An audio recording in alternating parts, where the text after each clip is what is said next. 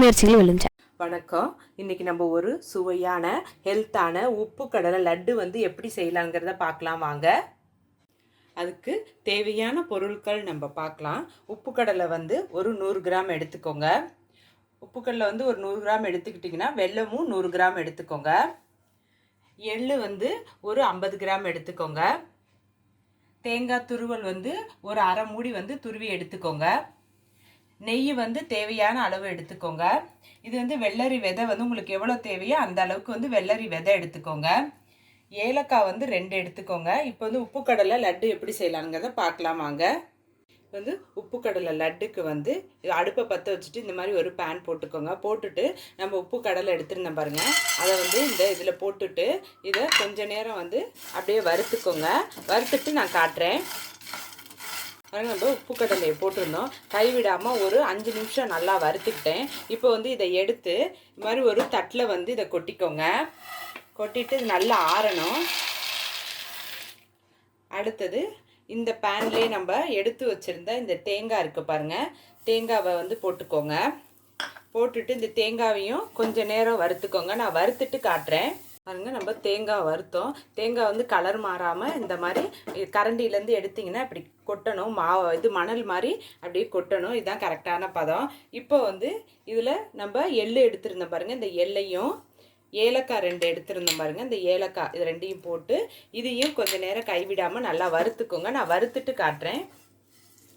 நம்ம எள்ளும் ஏலக்காயும் போட்டிருந்தோம், அது நல்லா வறுபட்டுருச்சு. இப்போ அடுப்பை ஆஃப் பண்ணிக்கலாம். ஆஃப் பண்ணிவிட்டு இது நல்லா ஆறட்டும். ஆறுனதுக்கப்புறம் அதை 2ஐயுமே நான் அரைக்கணும். அடுத்தது அதை காட்டுறேன். உப்பு கடலை லட்டுக்கு நம்ம உப்பு கடலையை மட்டும் நம்ம வருத்தம் பாருங்கள், அதை மிக்ஸி ஜார் நல்லா தொடச்சி அதில் போட்டு இதை அரைச்சிக்கோங்க. நான் அரைச்சிட்டு காட்டுறேன் பாருங்கள். உப்பு கடலை போட்டிருந்தேன் பாருங்கள், அதை இந்த அளவுக்கு நீங்கள் அரைச்சிக்கோங்க. இப்போ இதிலே நம்ம எடுத்து வச்சுருந்த இந்த தேங்காய் எள்ளு இது ஏலக்காய் எல்லாத்தையும் இதுவும் ஆற வச்சுருந்தேன் பாருங்கள், இதோட சேர்த்துட்டு இதையும் அரைச்சிக்கோங்க. நான் அரைச்சிட்டு காட்டுறேன் பாருங்கள். இப்போ உப்புக்கல்ல தேங்காய் இதெல்லாமே போட்ட பாருங்கள், அதை இந்த அளவுக்கு நைஸாக அரைச்சிக்கோங்க பாருங்கள். வெல்லம் எடுத்திருந்தோம், அதையும் மிக்ஸி ஜாரில் போட்டு அரைச்சிக்கோங்க பாருங்கள். வெல்லம் போட்டிருந்தோம், அதுவும் நல்லா நைஸாக அரைச்சிக்கிட்டாச்சு பாருங்கள். இப்போ உப்பு கடலில் நம்ம தேங்காய் வெல்லம் எல்லாம் அரைச்சேன் பாருங்கள், அது எல்லாத்தையும் ஒரு கிண்ணத்தில் நான் போட்டுட்டு இது வெள்ளரி விதை எடுத்திருந்தேன் பாருங்கள், இந்த வெள்ளரி விதையை அப்படியே பரவலாக தூவிக்கோங்க. தூவிட்டு நெய் எடுத்திருந்தேன் பாருங்கள், நெய்யை மட்டும் நீங்கள் கொஞ்சம் நேரம் அடுப்பில் வச்சு மெல்ட் ஆக்கிக்கோங்க. அதையும் இதில் ஊற்றிக்கோங்க. ஊற்றிட்டு இது எல்லாத்தையும் மிக்ஸ் பண்ணி விட்டுட்டு நான் காட்டுறேன் பாருங்கள். உப்பு கடலை நெய் இதெல்லாம் போட்டிருந்தேன் பாருங்கள், அதில் நல்லா மிக்ஸ் பண்ணி விட்டேன். மிக்ஸ் பண்ணிவிட்டு உங்களுக்கு எந்த அளவுக்கு தேவையோ அந்த அளவுக்கு இதை உருண்டையாக பிடிச்சிக்கோங்க. இங்கே பாருங்கள், நான் இப்படி பிடிச்சிக்கிறேன். இந்த பாருங்கள், இந்த மாதிரி பிடிச்சிக்கோங்க. நான் பிடிச்சிட்டு எல்லாத்தையும் பிடிச்சிட்டு காட்டுறேன்.